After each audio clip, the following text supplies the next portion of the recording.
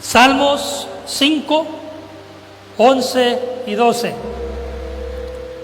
Pero alégrense todos los que en ti confían, den voces de júbilo para siempre, porque tú los defiendes. En ti se regocijen los que aman tu nombre, porque tú, oh Jehová, bendecirás al justo, como un escudo lo rodearás de tu favor. Amén. Gloria a Dios. Pueden sentarse.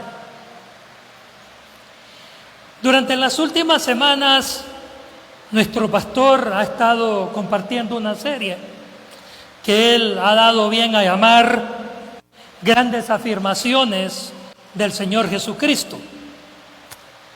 En ocasiones anteriores abordó temas o títulos como el que no naciere de nuevo no entrará en el reino de Dios, no solamente de pan vivirá el hombre, sino de toda palabra que sale de la boca de Dios.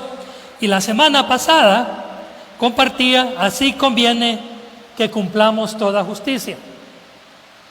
En esta ocasión pretendo continuar con esta serie y con otra gran afirmación de nuestro Señor Jesucristo. En esta ocasión vamos a tomarlo de 2 versículos, ambos en el Evangelio de San Mateo.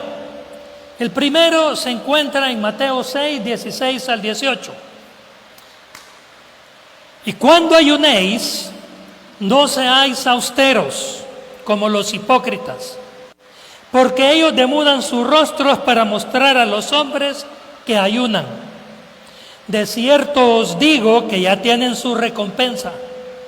Pero tú, cuando ayunes, unge tu cabeza y lava tu rostro, para no mostrar a los hombres que ayunas, sino a tu Padre que está en secreto. Y tu Padre que ve en lo secreto, te recompensará en público.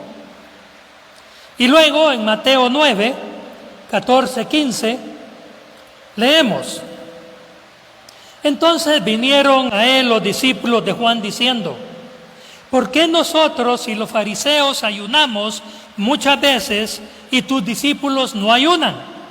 Jesús les dijo: ¿acaso pueden los que están de bodas tener luto entre tanto que el esposo está con ellos? Pero vendrán días cuando el esposo les será quitado y entonces ayunarán. Así que el tema en esta ocasión: pero tú, cuando ayunes. Vamos a hablar en esta ocasión de un tema que para muchos es difícil. Es un tema que no es muy agradable, porque se trata principalmente, en su esencia, de privarnos de alimento. A nadie le gusta pasar hambre, especialmente si ya es por un periodo de 2, 3 tiempos de comida, 2, 3 días, algunos casos 3 semanas, o en otros, como encontramos en la Biblia, como Moisés, el Señor Jesucristo, hasta 40 días. Entonces, no deja de ser un tema que de alguna manera genera un poco de reserva, llamémosle así, un poco de casi rechazo ante la feligresía. Pero vamos a encontrar que este es algo muy importante. El ayuno es una práctica muy importante en la vida de todo cristiano. Y encontramos aquí mismo, en lo que hemos leído en Mateo, y específicamente que lo estamos viendo desde el Sermón del Monte, y de eso se trata lo que está escrito en Mateo 6. De hecho, el Sermón del Monte trata desde Mateo 5 hasta Mateo 7:30. Así que lo que hablaba el Señor Jesús de cuando tú ayunes es parte del Sermón del Monte. ¿Okay? Pero encontramos que hay 3 cosas que en ese sermón el Señor Jesucristo nos exige. No nos exige, nos dice que tenemos que hacer, que son prácticas que tenemos que ejercer comúnmente. algo que se espera de nosotros. Y así vemos en Mateo 6:2, dice, cuando pues des limosna. Y en Mateo 6:5, y cuando ores. Y en Mateo 6:16, cuando ayunéis. Dar, orar, ayunar. Son prácticas que el Señor Jesucristo espera de todos y cada uno de nosotros como sus discípulos. Podemos pasar bastante tiempo hablando del dar. Y de hecho, en muchas iglesias se habla mucho del dar y a veces hasta se le va la mano y empiezan a hacer y a decir cosas un poquitito fuera, más allá de lo que a veces lo que la palabra establece. De igual manera, podríamos estar hablando bastante tiempo acerca de la oración. Es un tema muy específico, muy especializado dentro del contexto de la Biblia y lo encontramos a lo largo y ancho de todo el Antiguo Testamento y el Nuevo Testamento. Las oraciones de los santos, las oraciones del pueblo. Y luego, como en esta ocasión, vamos a hablar del ayuno. Entonces el Señor espera que nosotros también ayunemos.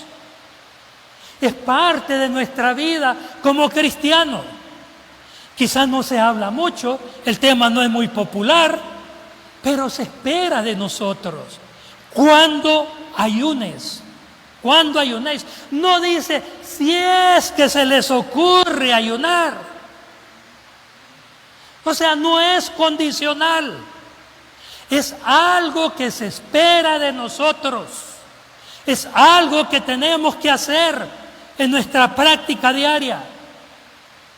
Y vamos a encontrar en los próximos minutos, en una manera bastante rápida, bastante somera y sucinta, muchos ejemplos a lo largo de la palabra de Dios, tanto en el Antiguo como en el Nuevo Testamento, de ocasiones de ayuno. ¿Por qué se ayunó? El propósito del ayuno, los alcances, porque es que Dios espera que nosotros ayunemos. Y es interesante que la práctica del ayuno es una práctica que realizamos tanto de manera individual, cada uno de nosotros en su momento de relación con el Señor, a solas, en el día a día, en la semana a semana, como también debemos de realizarlo de manera congregacional, como lo hicimos esta mañana. Digo lo hicimos, yo no estuve acá desafortunadamente, pero generalmente estoy. Pero lo hacemos una vez cada mes. Ese es un ayuno congregacional, nos reunimos todos. Estaba viendo las fotos de esta mañana y una cosa que a mí me duele, les voy a ser sincero, desde que empecé a venir a la iglesia, es que veo poca gente interesada en ayunar, en participar de estos ayunos. A veces no venimos más de 15, 20 personas, a lo sumo, y a veces menos. Y sin embargo, esto es esencial para la vida del cristiano, es esencial para la vida de la iglesia. Si queremos recibir bendición, si queremos ser fortalecidos, si queremos ser guardados, si queremos ser protegidos. El ayuno es una necesidad, es un mandato que tenemos que cumplir. Es algo que Dios ha puesto para nosotros. No nos lo perdamos. Vamos a compartir rápidamente, como ya he dicho, algunas de las historias que nos encontramos tanto en el Antiguo Testamento como en el Nuevo. En primer lugar, nos vamos a encontrar de que el ayuno era una práctica común. Lo hemos visto, lo hemos leído. Nos encontramos que mismo Jesucristo en el Sermón del Monte, ya en su tiempo, dice: no seáis como los hipócritas, no seáis como los fariseos. O sea, los fariseos ayunaban, los saduceos ayunaban. Era una práctica común del pueblo. Y si nos vamos al Antiguo Testamento, mucho más. Y así encontramos, vamos a enumerar como 3 o 4 ejemplos en el Antiguo Testamento rápidamente. Nos encontramos el caso del rey Josafat. En el libro Segunda de Crónicas, no tienen que ir ahí, si quieren apunten, porque es largo el pasaje y no tenemos tiempo para involucrarnos en todos los detalles. Pero en el libro Segundo de Crónicas, en el capítulo 20, de verso 1 al 30, encontramos una situación, siendo el rey Josafat. Resulta que hay una invasión y Judea está siendo invadido por los moabitas y los amonitas. Judá está siendo atacado. Cuando el rey se entera de la situación que está viviendo, la amenaza, no tienen mucho poder, no tienen cómo defenderse, está en peligro el país, la nación judía. Entonces viene el rey Josafat, y aquí tome nota porque aquí empezamos a ver uno de los principios del ayuno. El rey, el líder, proclama ayuno. Eso lo encontramos en 2 Crónicas 20, verso 3. Y en ese ayuno el rey claramente establece que si bien él es el que está convocando, la convocatoria es para toda la población, para toda Judá, incluyendo hombres, mujeres y niños. Todos están convocados. ¿Y cuál es el propósito? Pedir a Dios protección, pedir a Dios que los proteja contra la amenaza de los amonitas y los moabitas. Y el pueblo, dice en el versículo 4, que el pueblo atendió el llamado del rey. Y se congregaron todos en un día de ayuno y oración. Y luego de haber ayunado, encontramos en los versículos 14 al 17, ¿cuál fue la respuesta de Jehová? La respuesta del Señor al clamor del pueblo. Y incluyendo, en medio de todo eso, se levanta un levita que se llamaba Jaasiel y pronuncia una profecía. Y dice en el verso 14, no temáis ni os amedrentéis delante de esta multitud tan grande. El ejército que los atacaba era un ejército grande. Porque no es vuestra la guerra, sino de Dios. Y en el verso 17 continúa la profecía. Estad quietos y ved la salvación de Jehová con vosotros. Palabra de Jehová viene asegurándoles, viene dándoles seguridad, viene dándoles consuelo de que van a tener su protección, que no es guerra de ellos, no es una guerra física, es una guerra espiritual, y que quien se ha levantado a favor de ellos es el Dios Todopoderoso, el Altísimo. A Él sea la gloria. Amén. Y vemos del verso 20 al verso 30 cuál fue el resultado. El enemigo se confundió y entre ellos empezaron a pelear. Entre ellos, o sea, el pueblo de Judá no tuvo ni que ir a pelear con ellos. El ángel de Dios los confundió. Se volvieron el uno contra el otro y cuando acordás se mataron entre sí. Y los que quedaron terminaron huyendo. ¿Y a qué fueron entonces los del pueblo de Judá, los que habían salido a la batalla? ¿Saben a qué fueron? A recoger el botín. ¿Saben cuántos días estuvieron? Perdón.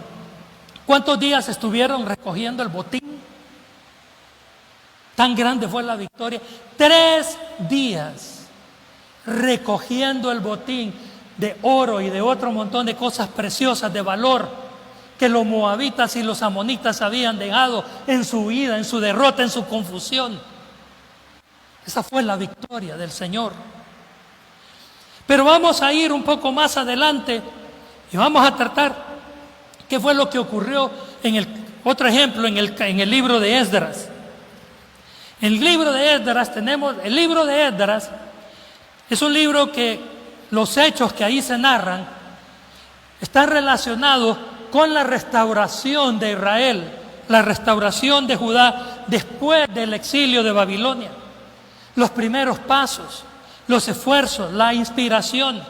Esdras era un sacerdote, y un sacerdote que se sintió inspirado por Dios, por el Espíritu Santo, para volver estando exiliado en Babilonia, para volver a Jerusalén, para tratar de reconstruir el templo. Y toma la decisión con favor del rey. Dios le da favor. Y empieza a congregar gente, a armar un equipo de gente.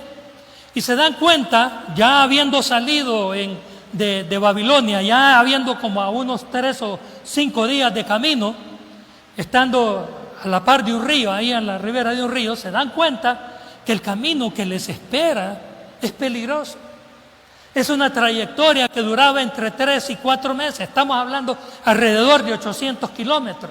Desde Babilonia, desde la capital del reino, Susa, hasta Jerusalén. Y era un camino que tenían que atravesar desiertos, montañas, lugares donde habían bandoleros, donde habían asaltantes, ladrones, donde su vida iba a estar en peligro, donde no iban a tener protección. Y de hecho, lo que se iban a encontrar inclusive eran guarniciones de rey de Babilonia, que algunos no estaban ni a favor de los israelitas, de los judeos, y que los podían atacar. ¿Y qué es lo primero que hace Esdras? Y dice que estando junto al río Ahava, en Esdras 8, 21, 23, dice, y este es Esdras hablando, narrando su historia. Estando junto al río Ahava, y publiqué ayuno ahí junto al río Ahava. Gracias. Para afligirnos, ojo, afligirnos, grábense esa palabra. Para afligirnos delante de nuestro Dios, para solicitar, pedir, orar, implorar de Él camino derecho para nosotros y para nuestros niños y para todos nuestros bienes. Ayunamos pues y pedimos a nuestro Dios sobre esto, y Él nos fue propicio. Después nos encontramos que Esdras llegó a Jerusalén con toda su gente, sin haber tenido ningún problema, habiendo gozado, disfrutado de la protección de Dios. Podemos ver la relación entre uno y otro, podemos ver esa actitud de aflicción, de implorar, de pedir a Dios, de humillarse ante a Dios, reconociendo el problema que tiene por delante, la tarea que hay que ejecutar, el lugar a donde hay que llegar, y ayunar todos juntos como congregación para llegar al lugar que nos hemos propuesto hacer, para ir a reconstruir, para ir a ver cómo está Jerusalén después de 70 años de haber sido abandonada y saqueada. Luego vamos a ver otro caso, y este es un caso que en principio, con permiso,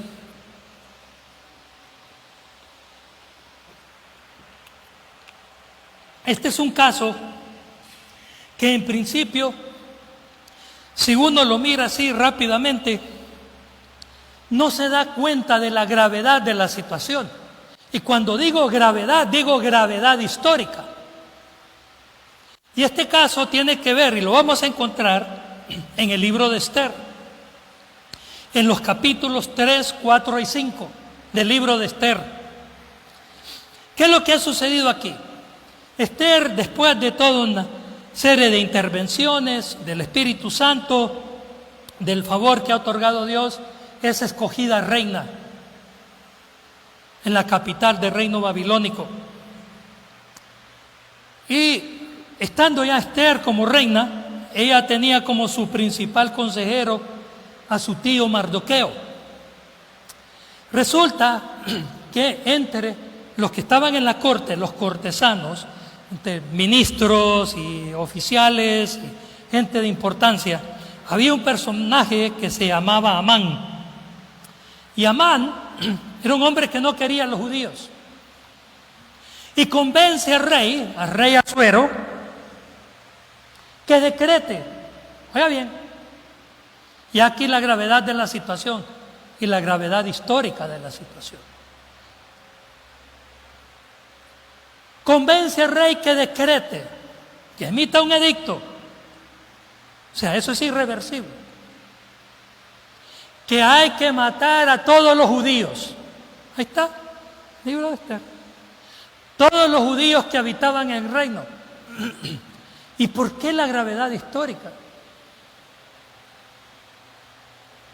Póngase a pensar en este momento en lo siguiente. Cuando Hitler y su grupo íntimo de poder decidieron la solución final, la de eliminar a los judíos, terminaron matando 6 millones. Cifras más, cifras menos. Habían otros judíos que estaban diseminados en otras partes del mundo y que sobrevivieron y que la raza judía se mantuvo, logró seguir adelante. Estamos al día de hoy con Israel y toda la situación del Oriente Medio que estamos viviendo, que estamos experimentando. Pero en este caso, los que habían sido llevados, exiliados a Babilonia y a Siria, eran los únicos judíos que había. Habían sido todos los judíos de Jerusalén y los judíos de Samaria, del Reino del Norte. Todos habían sido llevados a lo que ya en ese entonces es el Reino de Persia. Si mataban a todos los judíos como Amán se proponía, eliminaban la raza judía. Hermanos, y esto es como un paréntesis. Tomemos nota. Satanás siempre ha querido eliminar al pueblo judío, porque sabe que del pueblo judío ha venido el Señor de señores, el Rey de reyes, el que nos va a gobernar en el milenio, el Dios todopoderoso, el Dios vivo, el Mesías. Y hasta el día de hoy se lo propone como se lo propuso hace 80 años y continúa proponiéndolo. ¿Tienen ustedes duda? Para aquellos que todavía creen en Hamás y en estos grupos que se oponen a Israel, vayan a buscar qué es lo que dice la carta constitutiva de Hamás, los estatutos de Hamás, entre otras cosas. ¿Sabe qué dice? La eliminación de Israel. Desde que comenzó la revolución islámica en Irán en 1979, ¿qué es lo que vienen diciendo los líderes de esa revolución? Israel no tiene derecho a existir, muerte a Israel. Y aquí lo vemos nuevamente. ¿Y qué es lo que sucede aquí? Fin del paréntesis. Te viene Mardoqueo, empieza él por sí solo, por sí mismo. Nuevamente comienza a afligirse, demuda su rostro. Aunque no lo dice la palabra, pero uno puede inferir de que ya él por su propia cuenta había comenzado el ayuno. Y empieza a llegar a la corte, y en las cortesanos, la gente que cuidaba a la reina Esther, se da cuenta que Mardoqueo no anda bien y no quiere contar. Pero van a decirle a la reina: mire, su tío, algo no anda bien, ahí anda todo tristón y anda todo decaído. Pregúntele qué es lo que sucede con él. Y viene la reina, le pregunta, y entonces viene Mardoqueo y le cuenta lo que está sucediendo. Y después de va y viene, la reina al principio parecía que no estaba convencida, además de que lo que había que hacer en ese caso era que la reina tenía que ir donde el rey para implorar, pedir el favor, a ver si le escuchaba. Y el asunto no era tan fácil, porque nadie podía llegar a hacerse presente ante el trono del rey si no era primero llamado por el rey. Y la reina Esther le dice que tiene tantos meses, creo que 3 meses, le dice que el rey no la llama. ¿Y cómo es eso de que yo voy a aparecer? Si yo me aparezco, él no me ha llamado, y yo me aparezco, él no me ha llamado, y me rechaza, me manda a matar, me ejecuta. Esa era la ley. Pero Mardoqueo le dice, quizás para eso estás aquí. Y si tú no lo haces, quizás alguien más lo haga. Así que prepárate. ¿Cuál es la respuesta de Esther? 4:16. Esther, capítulo 4:16. Esto es lo que le dice Esther a Mardoqueo. Ve y reúne a todos los judíos que se hallan en Susa y ayunad por mí. Y no comáis ni bebáis en 3 días, noche y día. Yo también con mis doncellas ayunaré igualmente, y entonces entraré a ver al rey, aunque no sea conforme a la ley. Y si perezco, que perezco, me la juego. Pero ayunen primero por mí. Ayunaron por 3 días. La reina compareció ante el rey y el rey le dio su rostro, quiere decir bienvenida. Le escuchó su petición, le contó toda la reina. Y el rey revirtió la situación y al final el que terminó ejecutado ahí en la horca fue Amán. Y el pueblo de Israel, el pueblo judío que estaba cautivo en Babilonia, fue salvo. Todo por un ayuno congregacional, un ayuno de todo el pueblo. Pero quizá uno de los mejores ejemplos de lo que es el ayuno, y aquí lo vamos a ver más como ayuno individual, es el caso de Daniel. Todo apunta, según el libro de Daniel, Daniel era un hombre que ayunaba constantemente. Y aquí vemos 2 casos específicamente. En Daniel 9:1-9,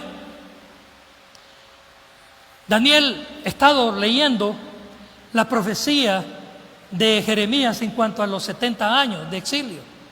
Y él ya mira que los años empiezan a sumar, ya llegó el tiempo. Y quiere inquirir de Dios, Señor, ¿qué es lo que hay aquí? Y entonces él decide ayunar. Y encontramos, dice en Daniel 9:1-19, vamos a leer rápidamente. En el año 1 de Darío, hijo de Asuero, de la nación de los Medos, ya había pasado de Persia a los Medos, que vino a ser rey sobre el reino de los caldeos, el año 1 de su reinado, yo Daniel miré atentamente en los libros el número de los años de que habló Jehová al profeta Jeremías, que habían de cumplirse las desolaciones de Jerusalén en 70 años. Y volví mi rostro al Señor Dios, buscándole en oración y ruego, en ayuno, cilicio y ceniza. Y oré a Jehová mi Dios, e hice confesión, diciendo, ahora Señor, Dios grande, digno de ser temido, que guardas el pacto y la misericordia con los que te aman y guardan tus mandamientos. Hemos pecado, hemos cometido iniquidad, hemos hecho impíamente y hemos sido rebeldes y nos hemos apartado de tus mandamientos y de tus ordenanzas. No hemos obedecido a tus siervos los profetas, que en tu nombre hablaron a nuestros reyes, a nuestros príncipes, a nuestros padres y a todo el pueblo de la tierra. Parte del proceso de ayuno, de arrepentimiento, involucra la confesión de los pecados. Y hay una cuestión aquí. Estoy casi seguro que siendo Daniel quien era, el estilo de vida que él llevaba, no está hablando de sus pecados. Yo creo que él llevaba una vida ordenada, una vida apartada, una vida santo. Y sin embargo, él está confesando los pecados de su pueblo. Él es parte de ese pueblo que pecó, aunque él no haya pecado, pero había que confesar todos los pecados del pueblo. Y eso es lo que está haciendo aquí, reconociendo ¿Y qué es lo que ocurre tras este ayuno? Tiene una visión estando junto a un río. Y en esa visión viene dice un varón de Dios. Interpretamos que fue un ángel o un arcángel. Posiblemente porque no está en la palabra, algunos creen que era el arcángel Gabriel, porque el arcángel Gabriel es el que anuncia. El arcángel Miguel es el que pelea. Y entonces le da toda la revelación a Daniel de lo que ocurrió, que lo que va a ocurrir, desde ese tiempo hasta el aparecimiento del Mesías y hasta el fin de los tiempos. Es la profecía de las semanas. Y parte de esa profecía se está cumpliendo hasta el día de hoy. Y aquí nos encontramos con otro de los principios o otra de las advertencias de lo que puede suceder en el ayuno. Y esto lo digo positivamente. Es una advertencia para que estemos sabidos, pero puede ocurrir. No todo el tiempo, quizás la mayoría no, pero de vez en cuando. Tenga cuidado en lo que está pidiendo. Porque Daniel lo único que estaba pidiendo era querer entender cómo se iba a cumplir lo de los 70 años del exilio que había hablado el profeta Jeremías. Y termina el Señor por medio del ángel revelándole todo lo que va a ocurrir desde ese momento hasta el fin de los tiempos. Mucho más de lo que él pudo imaginarse, entender y pedir. Tengamos cuidado, porque el Señor, igual manera, nos puede atender de esa forma. Pero luego, capítulo siguiente, el capítulo 10, nos encontramos con otro ayuno de Daniel. Y en este ayuno, Daniel cambia un poco de táctica. En el primero no dice cuánto tiempo ayunó, ni cómo ayunó. Pero en este segundo nos da ciertas pautas del ayuno. En primer lugar, ese ayuno duró 3 semanas.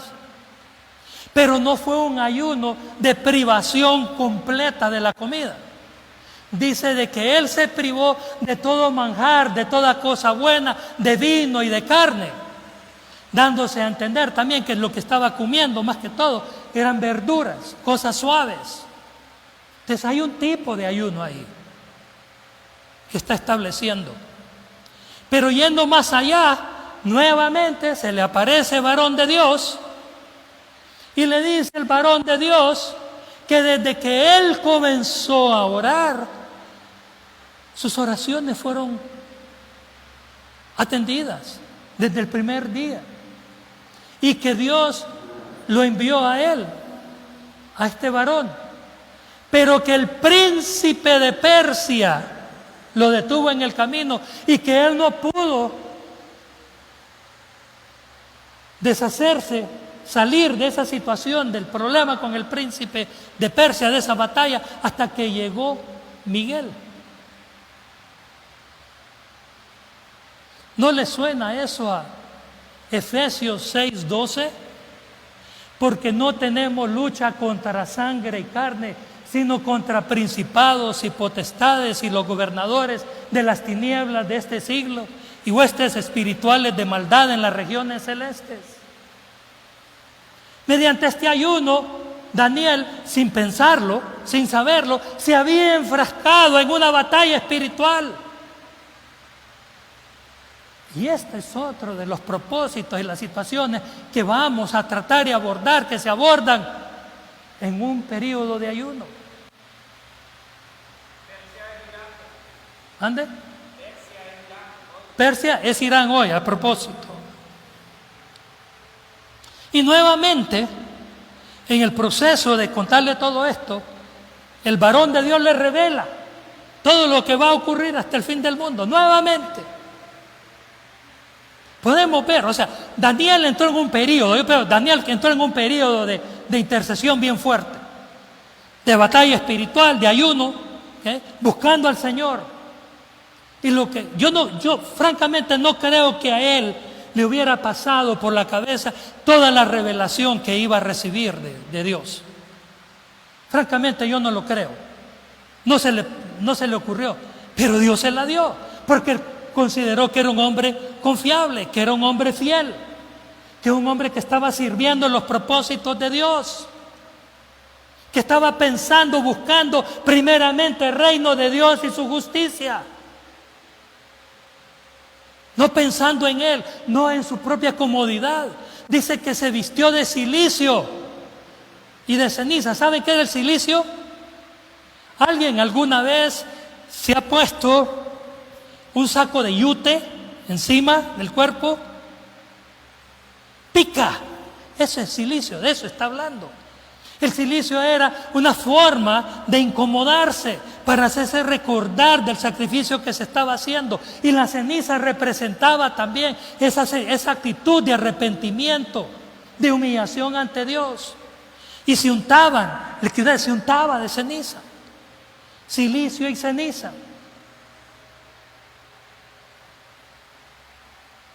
Luego, ahora podemos ver lo que sucedió con Daniel, como ya lo hemos dicho. Pero ahora pasemos al Nuevo Testamento. Y en primer lugar nos encontramos en el caso del Señor Jesucristo, en Mateo 4. Mateo 4 nos habla claramente de que Él baja al Jordán y se encuentra con Juan el Bautista, y Juan lo bautiza. Y después de que lo bautizó, vino el Espíritu Santo sobre Él. ¿Y qué ocurrió después? ¿Qué dice la palabra? Se fue al desierto y ayunó por 40 días antes de comenzar su ministerio, porque antes de ese episodio Jesús no había empezado su ministerio. No hay ningún milagro, no hay ninguna obra, no hay ninguna prédica antes de esa ocasión. Antes de comenzar su ministerio, Jesús ayunó por 40 días. Y también nos encontramos con el mismo Jesús en Mateo 17 o en Marcos 9, en cualquiera de los dos. El caso de un señor que tenía un hijo que estaba medio poseído, que era medio chiflado y que le daba un montón de problemas. Llegan los apóstoles de Jesús, tratan de orar por él, de sacarle un demonio, porque se habían dado cuenta que había un demonio, y resulta que no pueden. Pudieron hacer nada. Llega Jesús, inmediatamente le habla al demonio, lo reconoce, le habla al demonio, lo echa afuera y se va. El demonio lo deja, libera al muchacho. Y entonces los apóstoles no saben. Oramos en tu nombre, como tú nos has dicho. Quisimos sacarlo. ¿Y qué le dice Jesús? Este demonio, hombres de poca fe en primer lugar, pero este demonio no sale si no es por ayuno y oración. Entonces aquí vemos la otra aplicación. Volvemos a lo de Efesios 6:12, la experiencia de Daniel. Cuando queremos ver liberación de personas que están oprimidas por el diablo, personas que están bajo la influencia, no poseídas, bajo la influencia de demonios, bajo la influencia de maldiciones. A veces el camino que nos queda es orar. Ayunar por estas personas. Y fíjense en algo, en todo este tiempo que hemos estado hablando: ayuno, oración, ayuno, oración, ayuno, oración. El uno va con el otro. Pongámonos en mente de eso. ¿Okay? Pero quizá en el Nuevo Testamento, donde más encontraremos experiencias de ayuno, es en el libro de Hechos. Y cómo el Espíritu Santo actuó utilizando el ayuno. Y vemos, por ejemplo, en el caso de Cornelio, en Hechos 10. Cornelio era un cinturón, un capitán, digamos, un centurión, un capitán de la guardia del ejército romano, pero era un hombre justo y creía en Jesucristo, había creído. Y dice que Cornelio mandó habiendo estado orando, se le aparece un varón de Dios, un ángel, y le dice que manda a llamar a Pedro. Manda a llamar a Pedro, llega Pedro. Estoy haciendo bien corta la historia para avanzar. Y esto es lo que le dice Cornelio a Pedro, el testimonio, en Hechos 10. Y entonces Cornelio dijo: hace 4 días que a esta hora yo estaba en ayunas no era judío. Estamos hablando de otros de las naciones, de los gentiles, y estaba en ayunas. Y a la hora novena, 3 de la tarde, mientras oraba, ayuno, oración, vi que se puso delante de mí un varón con vestido resplandeciente y dijo: Cornelio, tu oración ha sido oída y tus limosnas, ese era un hombre bueno, un hombre que daba cuando deis, y tus limosnas han sido recordadas delante de Dios. Y de ahí viene la historia que cuando le estaba contando Pedro, y Pedro empezó a hablarle, recibieron el Espíritu Santo, fueron bautizados. Podemos ver la relación nuevamente, cómo el Espíritu Santo empieza a actuar, aún en los gentiles.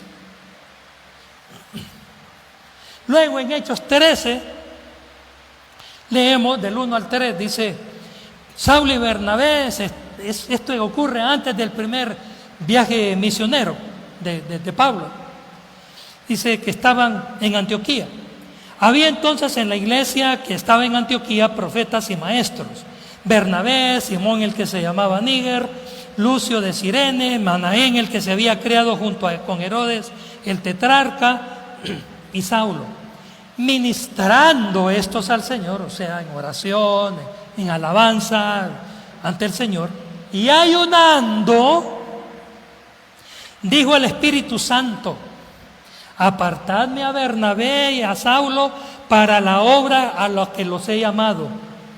Entonces, habiendo ayunado, después del ayuno, y orado, les impusieron las manos y los despidieron. Así es como se orquestó el primer viaje misionero de Pablo. Y todo lo demás lo conocemos en la historia, lo vemos en la palabra de Dios. Gloria a Dios. Y miren otro caso, siempre del primer viaje misionero de Pablo, en Hechos 14, 23. Y constituyeron ancianos en cada iglesia. Donde iban, constituían ancianos. Andaban armando iglesias. Y aquí hay algo bien importante. Si usted mira cuidadosamente en el libro de Hechos, se da cuenta que las iglesias son locales. No hay iglesia universal, como otros afirman. Las iglesias son locales. Y habiendo orado con ayunos, los encomendaron al Señor en quien habían creído. Así es como fueron constituyendo los liderazgos en cada una de las iglesias que fueron fundando en los lugares que visitaron. Ayuno, oración, ayuno, oración. Entonces, ¿qué podemos concluir rápidamente de todo este repaso que hemos hecho sobre el ayuno, sobre estos pasajes sobre el ayuno? Que a propósito, no son todos, hay más. Podemos hablar del caso de Jonás y Nínive, por ejemplo. Podemos pasar un buen rato hablando de todas las lecciones que podemos sacar de ahí. El caso de David, el caso de Samuel, y así sucesivamente. Pero basta, suficiente con lo que hemos leído y nos hemos tomado un poco de tiempo. Entonces, ¿cuáles son algunas de las conclusiones? En primer lugar, ¿cómo definiríamos el ayuno? Y esto es bien importante que lo tengamos claro todos como cristianos. ¿Qué es el ayuno? ¿Cómo lo definimos? ¿Qué representa el ayuno para nosotros? El ayuno es la abstención voluntaria y temporal de alimentos. No comemos por un tiempo. Llámese, puede empezar con una mañana, evitando comer solo un tiempo de comida. Ese es ayuno. Eso es lo que hacemos aquí los primeros domingos. Nos evitamos el desayuno del domingo. Está bien, es ayuno. Puede ser un día, ya lo dijimos, puede ser 3, puede ser el ayuno de Daniel o el ayuno de Jesucristo de 40 días, ayuno de Moisés. Escójalo. Abstención voluntaria. Nadie nos puede obligar a ayunar. Nadie. Si lo obligan a ayunar, algo no anda bien. ¿Ok?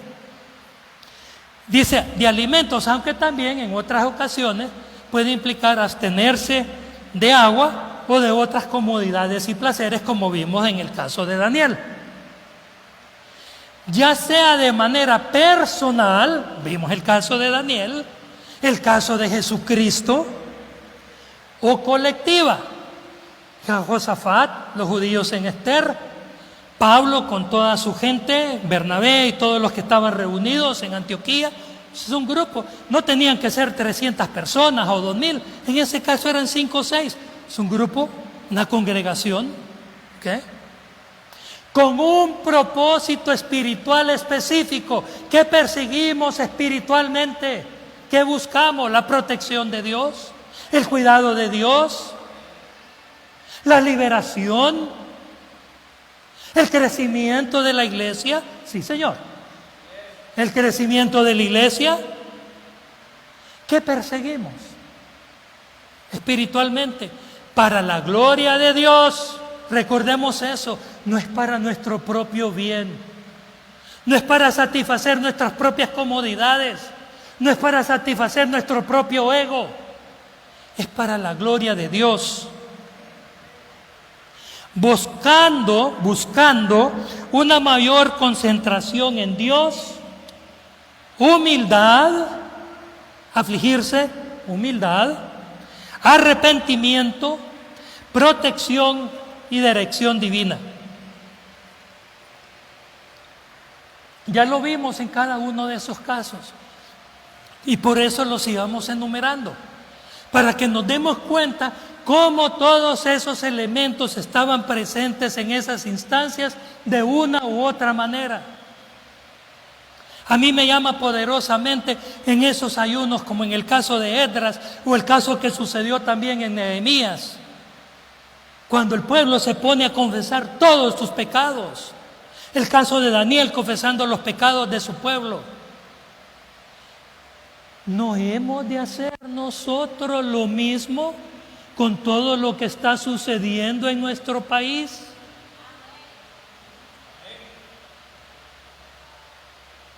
No me digan que no hemos pecado como nación. Y no hablo de mí personalmente, hablo de los pecados de nuestra nación. ¿No es tiempo que las iglesias comencemos a pedirle a Dios perdón por los pecados que hemos cometido todos estos años? Todas nuestras actitudes. Miren los tiempos que estamos viviendo, las situaciones que tenemos entre manos en este mismo momento, la situación política que nos tiene a todos complicados, confundidos. Por momentos pareciera que sin salida. ¿No debemos buscar nosotros pedir perdón a Dios por todos los asesinatos que hay en las calles? Hace 1 año y centavos mataron a un dirigente ambientalista. No me importa quién era, ¿okay? No sé lo que hacía. Hasta el día de hoy no se ha hecho justicia. No han hecho absolutamente nada las autoridades por esclarecer el caso. No ha habido justicia. Y luego tenemos casos de otro exfuncionario que hace muchos años fue juzgado, fue condenado, le expropian los bienes porque no pudo justificar la tenencia de una buena cantidad de millones de lempiras que se los hizo en 1 año, no lo pudo justificar, le expropian los bienes y luego vienen, cambian la cosa de gobierno, lo perdonan, le limpian todo y le devuelven todos los bienes, como que si nada hubiera pasado. En varias ocasiones aquí les he contado el caso que yo conocí de hace muchos años, no me voy a meter en todos los detalles porque voy a quitar mucho tiempo, pero de cómo una deuda que el gobierno tenía, una deuda legal que el gobierno tenía con un prominente empresario y político de este país de 6 millones de lempiras, después de un montón de maniobras y argucias y jugadas y trampas, esa deuda de 6 millones de lempiras se convirtió en un pago, porque vi los documentos, los tuve a mi mano por un caso especial que me tocó que involucrarme, por un pago de 260 millones de lempiras. Estas son las injusticias que vemos en nuestro país. ¿Cuántas veces no hemos visto que aquí nos cambian en un terreno los linderos? ¿Cuántas veces hemos ido a comprar al supermercado o al mercado y nos dicen que nos están vendiendo 1 libra y lo que nos están dando son 15 onzas? ¿Ya esclarecieron el caso de Corium, la estafa de Corium? Ahí la tienen, dormida en el sueño de los justos. Y así puedo enumerar y enumerar y enumerar. Y no estoy hablando solo de hoy, estoy hablando tiempo atrás. Y no es de un color político o del otro, no es que uno estaba en el gobierno, no es de un empresario, pero hay buenos empresarios, hay buenas empresas, pero también hay un montón de gente que hace un montón de cosas injustas.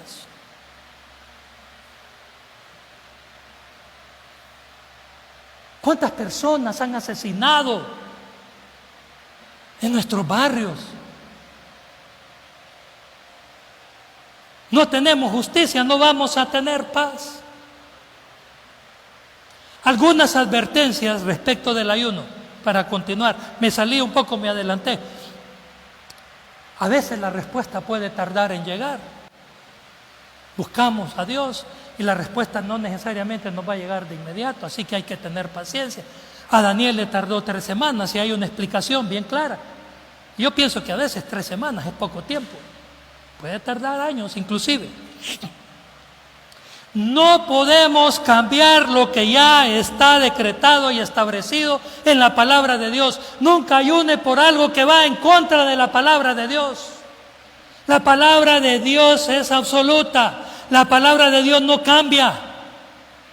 Está establecida. Es la voz de Dios. Y entonces, si usted va a ayunar por algo que va en contra de la palabra de Dios, eche un vistazo a su corazón primero y mejor cambie de tema, busque y pídale perdón a Dios.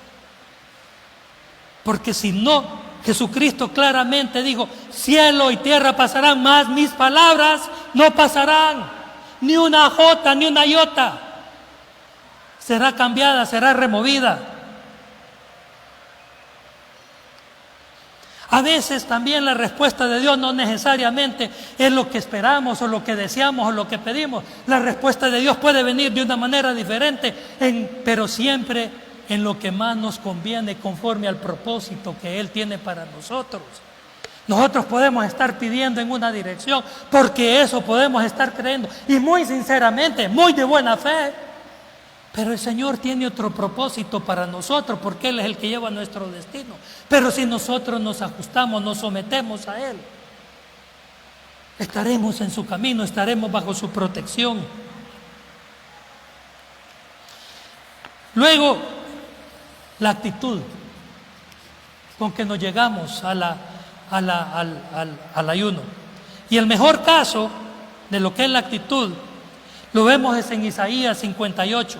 Si bien también lo habíamos leído en Mateo 6, que dice que cuando ayunemos, que cuando oremos, que cuando demos, no seamos como los hipócritas para ser vistos. ¡Ah, qué hombre más espiritual! Mírenlo cómo ora. Y bien dijo Jesús, ya tienen su premio, ser visto de los hombres, ser aplaudido por los hombres, pero ese no es el premio eterno, eso es lo que no debemos buscar. Lo que buscamos es el reino de Dios y su justicia. Y todo lo demás nos vendrá por añadidura. En Isaías 58, que quizás es uno de los capítulos que mejor establece cómo debe ser el ayuno, dice: ¿por qué dicen ayunamos y no hiciste caso? Humillamos nuestras almas y no te diste por entendido. He aquí que en el día de vuestro ayuno buscáis vuestro propio gusto, lo propio, egoísmo, y oprimís a todos vuestros trabajadores. No le paga el salario justo, los hace trabajar más de la cuenta, los trata como esclavos. Yo lo he visto aquí. Y aquí que para contiendas y debates ayunáis, y para herir con el puño inicuamente. No ayunéis como hoy, para que vuestra voz sea oído en lo alto. No ayunéis como lo han venido haciendo. Está el ayuno que yo escogí, que de día aflija al hombre su alma, que incline su cabeza como unco y haga cama de silicio y de ceniza. Llamaréis esto ayuno y día agradable a Jehová. No es más bien el ayuno que yo escogí, desatar las ligaduras de impiedad, tratar impíamente, soltar las cargas de opresión, dejar de oprimir y dejar ir libres a los quebrantados y que rompáis todo yugo. No es que partas tu pan con el hambriento y a los pobres errantes albergues en casa, que cuando veas al desnudo lo cubras y no te escondas de tu hermano. Aquí hay una advertencia también. Una vez estaba hablando con alguien sobre el ayuno y me dijo: no, yo no tengo necesidad de ayunar. Mira, lee Isaías 58, ahí te dice que es mejor dar, cubrir, ayudar al pobre. Eso no es lo que está diciendo aquí. Lo que aquí está diciendo es: si usted va a ayunar, mejor hágalo con la actitud correcta. Mejor que tenga las cosas correctamente con Dios. Que tenga el motivo correcto, el motivo apropiado, el motivo que es. Porque si no, Dios no lo va a escuchar. Si tiene trabajadores, trátelos bien. Si usted vende en una pulpería, usted vende en el precio correcto, venda la medida que corresponde. Si usted está en un negocio de prestar dinero, preste con interés, pero no preste con intereses exagerados. Cobre lo correcto. Ayude al pobre. Ayude al necesitado. Generalmente las iglesias ahora lo que hacen cuando practican el ayuno, van el uno y el otro. Ayunan, obras de caridad, de ayuda. Para recordar también al necesitado, porque ir a la cárcel a visitar el que está preso.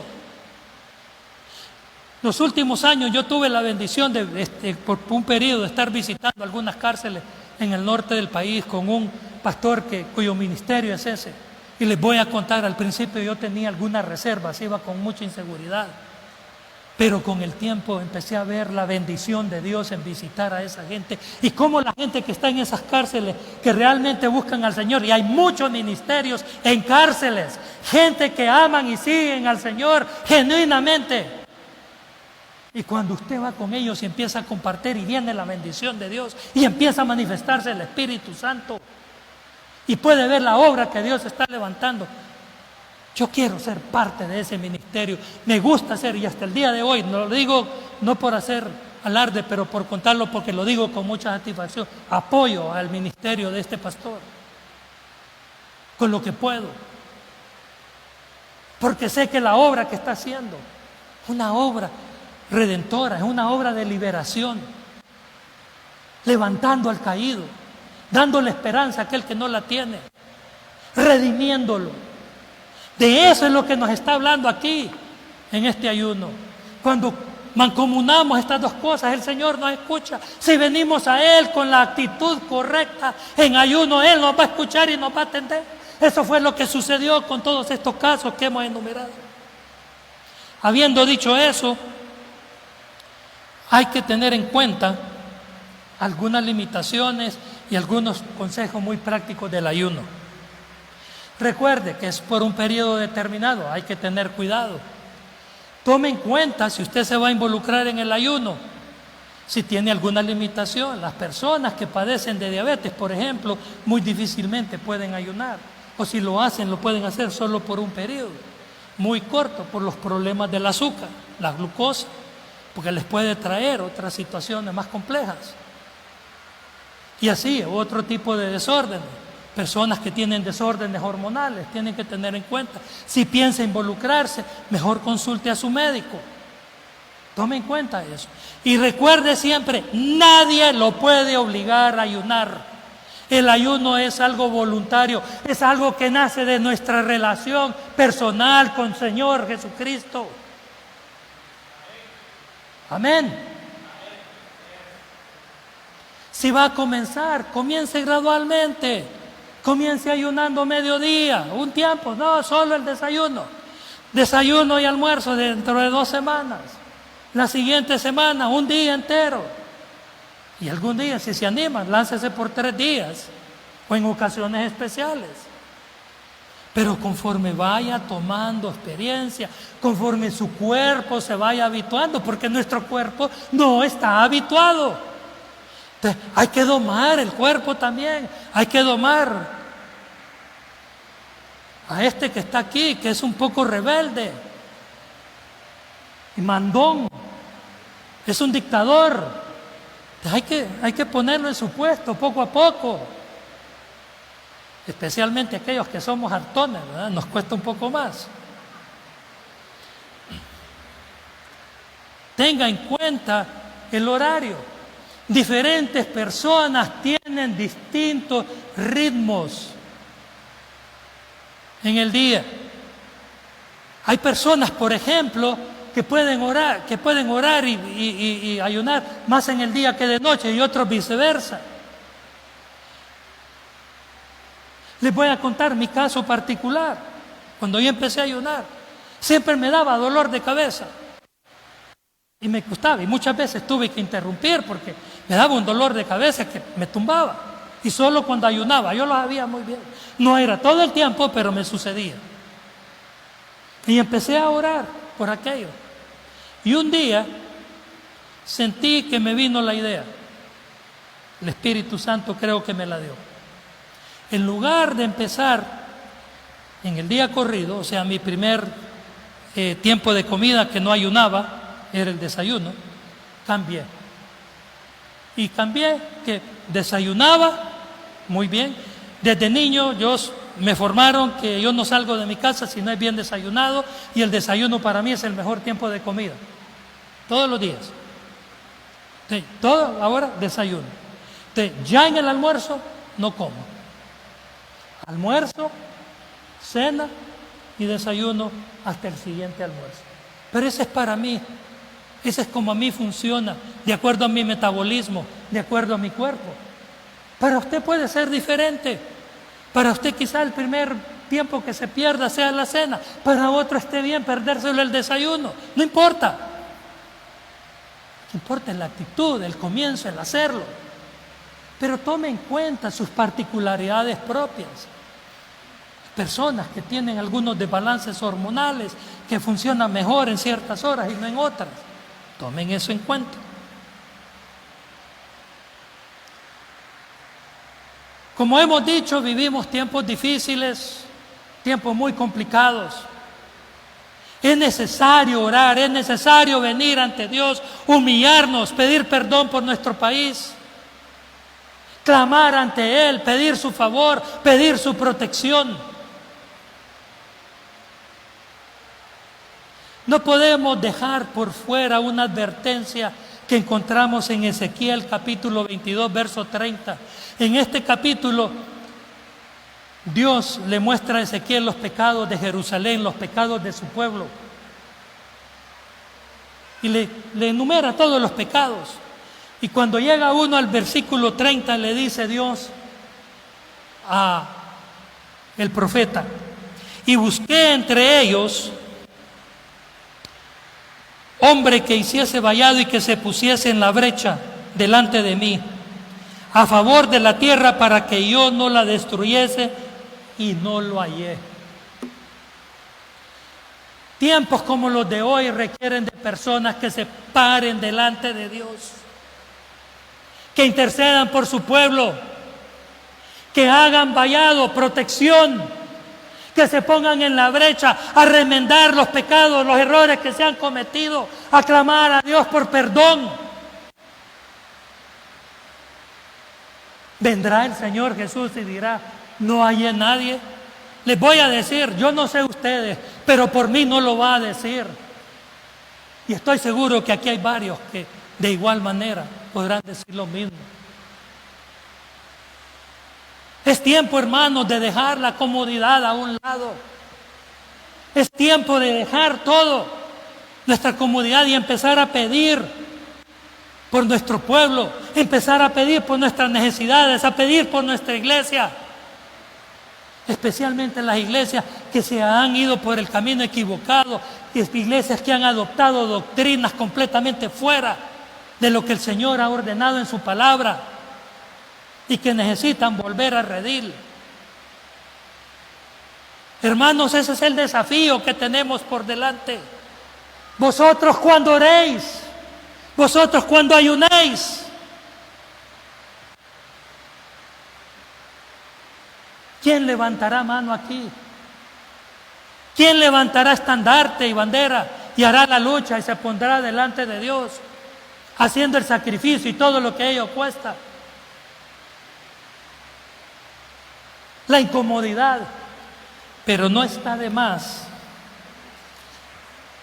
también, y con esto termino, recordar la promesa de la canción que cantamos al inicio, en Isaías 58, 11, del 9 al 12. Vamos a leerla. Entonces invocarás y te oirá Jehová. Clamarás y dirá él, heme aquí. ¿No se trata de clamar? Si quitares de en medio de ti el yugo, el dedo amenazador y el hablar vanidad, ¿quién? Y si dieres tú pan al hambriento y saciares el alma afligida, a las tinieblas, en las tinieblas nacerá tu luz y tu oscuridad será como el mediodía. En las tinieblas nacerá tu luz. Jehová te pastoreará siempre y en la sequía saciará tu alma y dará vigor a tus huesos y serás como huerto de riego y como manantial de aguas cuyas aguas nunca faltan. Y los tuyos edificarán las ruinas antiguas. Los cimientos de generación en generación levantarás y serás llamado reparador de portillos, restaurador de calzados para habitar. Pónganse de pie, por favor, inclinemos nuestros rostros.